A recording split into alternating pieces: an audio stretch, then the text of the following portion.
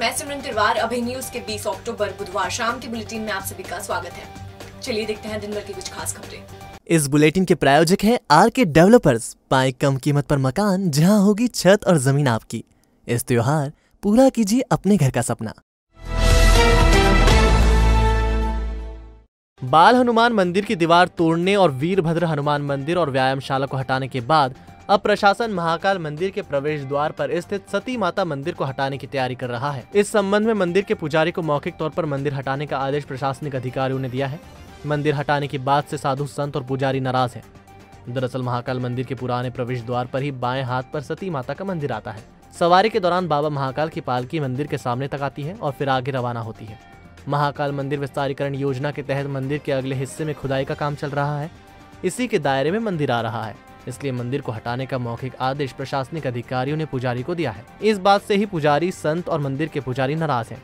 इनका कहना है कि महाकाल मंदिर पौराणिक एवं धार्मिक स्थान है, ये पर्यटन केंद्र नहीं है। इस स्थान की महत्ता मंदिरों से है, विस्तार के लिए मंदिर हटाना ठीक नहीं है। मंदिर के पुजारी ने बताया कि महाकाल मंदिर के द्वार भगवान शिव की पहली पत्नी विराजमान है। विस्तारीकरण योजना में मंदिर को हटाने का कहा है। ये प्राचीन स्थान है, इसे नहीं हटाना चाहिए। किसी खंडित ओटले के लिए मंदिर का स्थानांतरण करना उचित नहीं है। ये जैसे कि जीर्णोद्धार कार्य चल रहा है, उसके अवगत खुदाई के दौरान यहाँ पर प्राचीन धरोहर जो निकली है, जो कि खंडित मंदिर निकला है, उसका मंदिर भी नहीं कह सकते, उसका खाली ओटला निकला है। उस ओटले को खोदने के लिए, देखने के लिए कहाँ तक जा रहा है, उसको देखने के लिए मंदिर बीच में आ रहा है, तो इसको स्थानांतरण करना चाहते हैं। तो वो उचित में मत से तो उचित नहीं है, क्योंकि एक खंडित स्थान को देखने के लिए एक जीते जागते स्थान, पूजनीय स्थान को न हिलाया जाए। महाकाल मंदिर के पुजारी महेश गुरु ने कहा कि सनातन धर्म की परंपरा है। हिंदू धर्म को बचाने के लिए बने संगठन हिंदू मंदिरों को हटाने के मुद्दे पर चुप्पी साध जाते हैं। मंदिर हटाने से यह साफ हो जाता है कि ऐसे संगठन हिंदू धर्म के नाम पर अपना स्वार्थ साधते हैं। हमारे देश के अंदर कई हिंदू संगठन हैं और वो हिंदू संगठन जब हिंदू समाज की बात आती है या मंदिर की बात आती है या धर्म की बात आती है, तो वो लोग आगे आकर बोलते हैं और आगे आके उसमें पहल करते हैं। लेकिन कुछ स्थानों पर और कुछ कारणों से यही संगठन ऐसी जब परंपराएं टूटती है या मंदिर हटाए जाते हैं, तो ऐसे संगठन कभी आकर आगे नहीं बोलते। ये सबसे बड़ा इस देश का दुर्भाग्य है। जो जिस वक्त वो नहीं आते, तो इससे सीधी सीधी बात प्रतीत होती है कि वो केवल हिंदू सनातन धर्म का नाम लेके हिंदू सनातन धर्म का शोषण करते हैं। तो इसके लिए वैसे संगठन को आगे आना चाहिए। और यदि ऐसी व्यवस्था और परंपरा या धर्म स्थल हटते हैं या हटाए जाते हैं, तो देश के अंदर एक जैसी व्यवस्था होनी चाहिए। यदि हिंदू मंदिर हटाए जाए, तो मुस्लिमों की मस्जिद भी हटना चाहिए, चर्च भी हटना चाहिए, जैन मंदिर भी हटना चाहिए, सबको हटाया जाना चाहिए। तो ही हमारा राष्ट्र धर्मनिरपेक्ष राष्ट्र कहलाएगा, अन्यथा हम इसको धर्मनिरपेक्ष राष्ट्र नहीं कह सकते। चार धाम मंदिर के अधिष्ठाता महामंडलेश्वर शांति स्वरूपानंद जी ने कहा कि उज्जैन की सांस्कृतिक धरोहर को नष्ट कर पर्यटन स्थल बनाना ठीक नहीं है। धर्म के साथ खिलवाड़ करने वालों का विरोध करना चाहिए। एक बार सीएम से बात करनी चाहिए कि वह परंपरा से हटकर विस्तार नहीं करें। महाकाल मंदिर के बाहर जो सती माता का मंदिर था, उसे प्रशासन ने तोड़ने के आदेश दिए। तो हम लोगों का तो खास तौर से ये मानना है कि भाई जो पुरातत्व चीज़ें हैं, पुरानी चीज़ें हैं, वो उज्जैन की धरोहर है, उज्जैन की संस्कृति है। और सांस्कृतिक धरोहर को नष्ट करके उज्जैन को आप क्या पर्यटन स्थल बनाना चाहते हैं या धर्म स्थल बनाना चाहते हैं? अगर धर्म स्थल बनाना चाहते हैं तो धार्मिक आस्था के जो विषय हैं उनके साथ छेड़छाड़ करना यह बहुत निंदनीय कृत्य है। और मुझे लगता है धार्मिक संस्थाओं को ऐसे किसी भी विषय पर जो धर्म के साथ खिलवाड़ कर रहे हैं, ऐसे प्रशासन का विरोध करना चाहिए। 21 साल की यास्मीन की जिंदगी को मेवाड़ अस्पताल प्रबंधन ने मौत से बदतर बना दिया है। 4 महीने पहले घर में गिरी यास्मीन को अस्पताल के डॉक्टरों ने ऐसा इंजेक्शन लगाया कि उसकी हालत कोमा सी हो गई है। इलाज का पूरा खर्च उठाने का दावा करने वाले मेवाड़ अस्पताल की उदयपुर यूनिट ने एक बार फिर यास्मीन को उज्जैन भेज दिया। पूरा परिवार परेशान है कि वह क्या करे। यहाँ अस्पताल यास्मीन को भर्ती करने से इनकार कर रहा है। पुलिस अपनी विवशता जता रही है। सीएसपी विनोद कुमार मीणा का कहना है बगैर मेडिकल बोर्ड के वह रिपोर्ट दर्ज नहीं कर सकते। दरअसल घर की सफाई कर रही नागदा के कसरावत की यास्मीन 4 जुलाई को पीठ के बल गिरी थी। इसके बाद से उसकी चेतना लुप्त हो गई। परिवार वाले उसे उज्जैन के मेवाड़ अस्पताल लाए और यहाँ के चिकित्सक ने ऑपरेशन का कहा। परिवार इसके लिए तैयार हो गया। ऑपरेशन की पूरी तैयारी भी हो गई। इसी दौरान यास्मीन को इंजेक्शन लगाया और उसकी तबीयत बिगड़ गई। अस्पताल प्रबंधन ने यास्मीन को इंदौर के एमवाई अस्पताल रेफर कर दिया और वहां उसे ठीक से उपचार नहीं मिला। एक बार फिर यास्मीन को लेकर परिजन मेवाड़ अस्पताल पहुंचे और हंगामा किया तो उसे उदयपुर के मेवाड़ अस्पताल में शिफ्ट कर दिया। अब मंगलवार रात उसे वहां से उज्जैन भेज दिया गया। यहाँ अस्पताल प्रबंधन ने उसे भर्ती करने से इनकार कर दिया। उसे चैरिटेबल ले जाने की सलाह दी। परिजन यास्मीन को चैरिटेबल अस्पताल ले गए, लेकिन यहाँ से भी उसे लौटा दिया गया। अब परिवार बेटी को लेकर इधर उधर भटक रहा है। परिजनों ने इस संबंध में कलेक्टर को ज्ञापन भी दिया, लेकिन बात नहीं बनी। अस्पताल के बाहर यास्मीन के पिता सिकंदर ने कहा कि वह बेटी को लेकर कहां जाए। वह ना बोल सकती है, ना सुन सकती है, ना समझ सकती है। बेटी की कोमा सी हालत ने सिकंदर को परेशान कर रखा है। सीएसपी माधवनगर विनोद कुमार मीणा ने बताया कि उपचार में लापरवाही साबित करने के लिए मेडिकल बोर्ड की रिपोर्ट जरूरी होती है। फिलहाल इस मामले में मेडिकल बोर्ड से कोई रिपोर्ट नहीं मिली है। पुलिस इनकी पूरी सहायता करेगी। इधर इस मुद्दे पर बात करने की अस्पताल प्रबंधन से काफी कोशिश की, लेकिन वह बात करने को तैयार नहीं हुआ। कल रात से हम ऐसे ही पड़े हैं, ना तो अंदर ले गए हैं, ना मेरी बच्ची को कुछ संभाल रहे थे। तो यहाँ तो ये कह रहे हैं कि वापस उदयपुर ले जाओ, और उदयपुर से हमें यहाँ पहुँचा दिया कि घर ले जाओ 1.5 महीने के लिए। ना वापस हमें चैरिटेबल पहुँचा रहे थे। चल क्या रहा है अस्पतालों में, कुछ समझ में नहीं आ रहा। कलेक्टर साहब के यहाँ भी गए थे हम, तो अभी वो आवेदन दे के आए सर। अभी हम अस्पताल रात को उन्होंने चैरिटेबल को हमारे को रात को पहुँचाया था। चैरिटेबल वाला रात में नट गए कि इलाज नहीं है हमारे पास। मुझे तो अस्पताल के खिलाफ कार्रवाई चाहिए, बस कुछ भी नहीं चाहिए। मुझे पैसे भी नहीं चाहिए, ये अस्पताल बंद होना चाहिए बस मुझे दिए। बस आज मेरी बच्ची के साथ खिलवाड़ हो रहा है और किसी के साथ बच्ची के साथ खिलवाड़ ना हो। तो बच्ची को हमने उदयपुर रेफर किया था, जिसका खर्चा डॉक्टर ने पूरा उठाया था। उस हिसाब से लड़की की जो स्थिति है उसमें सुधार भी है, बट लड़की आवाज़ को रेस्पॉन्ड भी कर रही है। बट डॉक्टरों का ऐसा कहना है कि ऐसे केसेस में होम केयर की ज़्यादा आवश्यकता रहती है। तो अब डॉक्टरों से हमने बातचीत की है। उनका ऐसा है कि हम भाई इनको ट्रेन करेंगे मेडिकल प्रोफेशनल के अंदर कैसे होम केयर की जाती है उस हिसाब से, और आगे जो भी होगा हम पूरी मदद करेंगे। तो इस हिसाब से हमने इनको कहा है कि इस तरीके से बच्ची को यहाँ रखना सही नहीं है, क्योंकि बच्ची को केयर की ज़रूरत है। तो आप अपने घर ले जाइए, हम डॉक्टर यहाँ से भिजवाएंगे जो इनकी केयर करेगा इसमें, क्योंकि हम मेडिकल एक्सपर्ट नहीं है। तो मेडिकल बोर्ड जो डिसाइड करे उस हिसाब से हम कायमी करें। अगर आप व्यापार शुरू करना चाहते हैं और बैंकों से कर्ज लेने में मुश्किल हो रही है, तो गुरुवार को आप कालिदास अकादमी चले जाइएगा।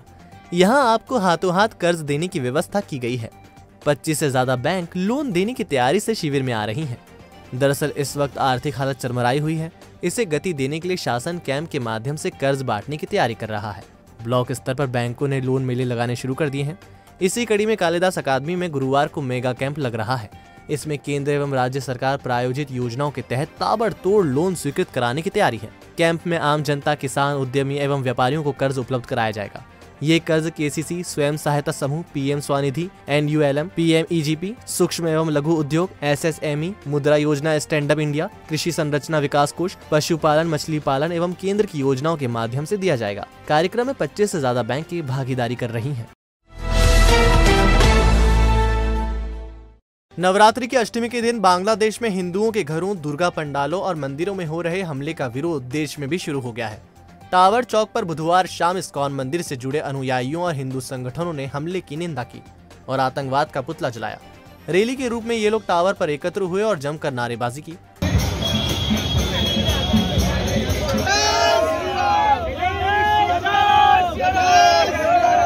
राष्ट्रपति के नाम संबोधित ज्ञापन प्रशासनिक अधिकारियों को सौंपा। इसमें बांग्लादेश में हो रही घटनाओं को रोकने की मांग की गई। अभी 17 अक्टूबर को फिर हो रहा है और क्रमशः चलता जा रहा है। इसके विरोध में महामहिम राष्ट्रपति जी को कलेक्टर महोदय के माध्यम से ज्ञापन देने के लिए हम सब एकत्रित हुए हैं। सारे समुदाय, साधु, संतगण, डॉक्टर रामेश्वर दास जी की अध्यक्षता में संतगण आए हैं। सद्भावना समिति की बैठक है, उनके सारे सदस्यगण उपस्थित हैं। बजरंग दल, विश्व हिंदू परिषद, समूचा हिंदू समुदाय आज यहाँ इस घटना के प्रतिकार के लिए उपस्थित है। यही प्रार्थना करते हैं कि भगवान कल्याण करें, शीघ्र इन सब घटनाओं से रोक लगाएं और महामहिम राष्ट्रपति अपने दंड का प्रयोग करें। प्रशासनिक तौर पर बेगार कराने से परेशान आंगनवाड़ी कार्यकर्ता बुधवार को धरने पर बैठ गई। सामाजिक न्याय परिसर में धरने पर बैठी आंगनवाड़ी कार्यकर्ता ने प्रशासनिक रुख पर नाराजगी जाहिर की। उन्होंने मानदेय भी बढ़ाने की मांग रखी। दरअसल आंगनवाड़ी कार्यकर्ताओं में नाराजगी इस बात की है कि उनके मूल काम के अलावा मौखिक तौर पर उन्हें ढेरों काम सौंप दिए जाते हैं। उनसे सर्वे कराया जाता है, किट बंटवाई जाती है, हेल्थ सर्वे कराया जाता है। इसके लिए लिखित आदेश जारी नहीं किया जाता, केवल मौखिक आदेश से ही ये काम कराए जाते हैं। इस वजह से कार्यकर्ताओं और सहायिकाओं को खासी परेशानी होती है। अपने मूल काम के साथ अतिरिक्त काम करने पर उन्हें किसी तरह का भुगतान भी नहीं किया जाता। इससे ही कार्यकर्ता बेहद नाराज हैं। उन्होंने मानदेय बढ़ाने के साथ अन्य कामों के लिए लिखित आदेश देने की मांग की। इसलिए रखा है कि हम मतलब आंगनवाड़ी कार्यकर्ता हैं सभी, और हमें काम करना पड़ता है ज़मीनी स्तर पर, और हमें निर्देश दिए जाते हैं मौखिक, बोले आज आपको ये करना है वो करना है। तो कार्यकर्ता एक अकेली कहाँ कहाँ जाएगी, और मौखिक आदेश आ जाते हैं तो मौखिक आदेश पर हम काम करना नहीं चाहते।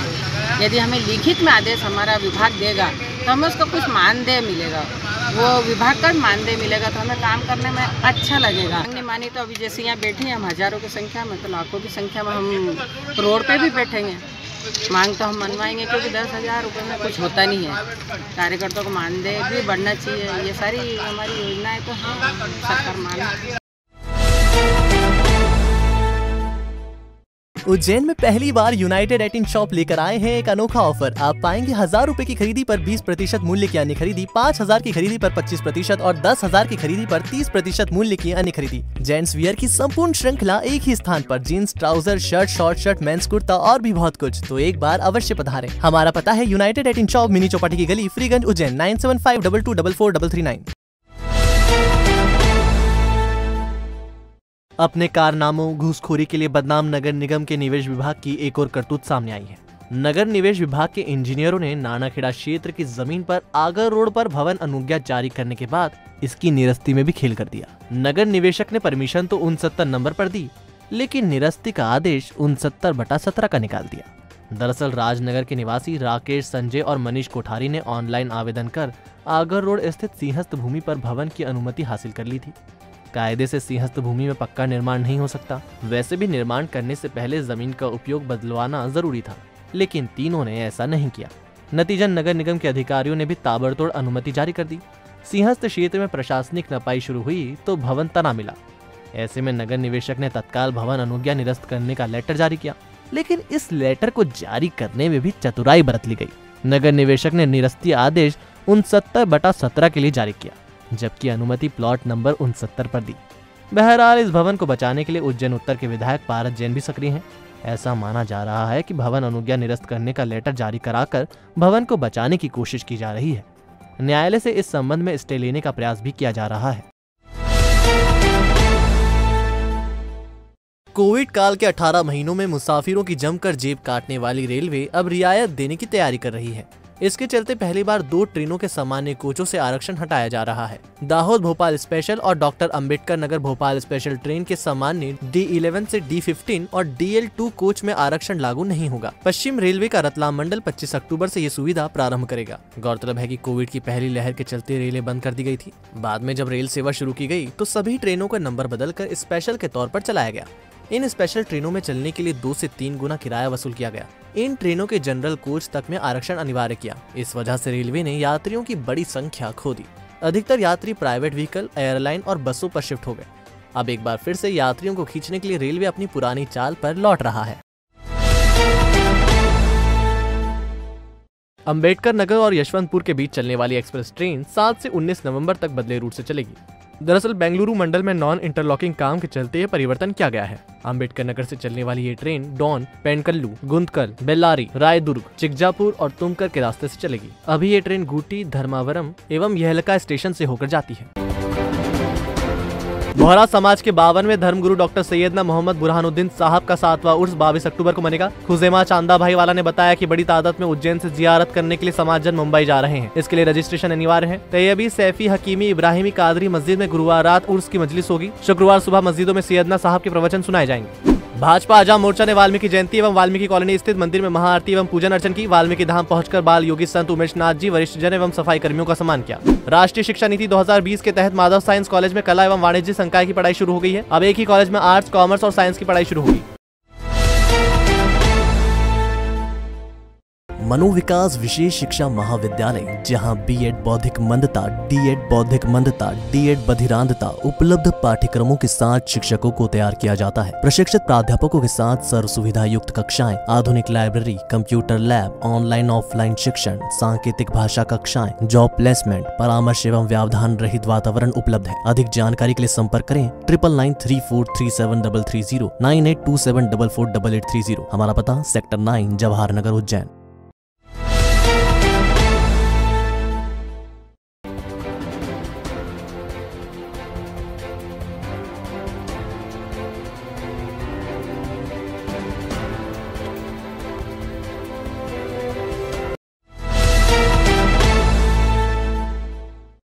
आपने देखा अभय न्यूज का आज का बुलेटिन। अगर खबरों को लेकर आपके पास कोई फीडबैक है तो हमें जरूर बताइएगा। कल फिर मिलेंगे इस समय। नमस्कार।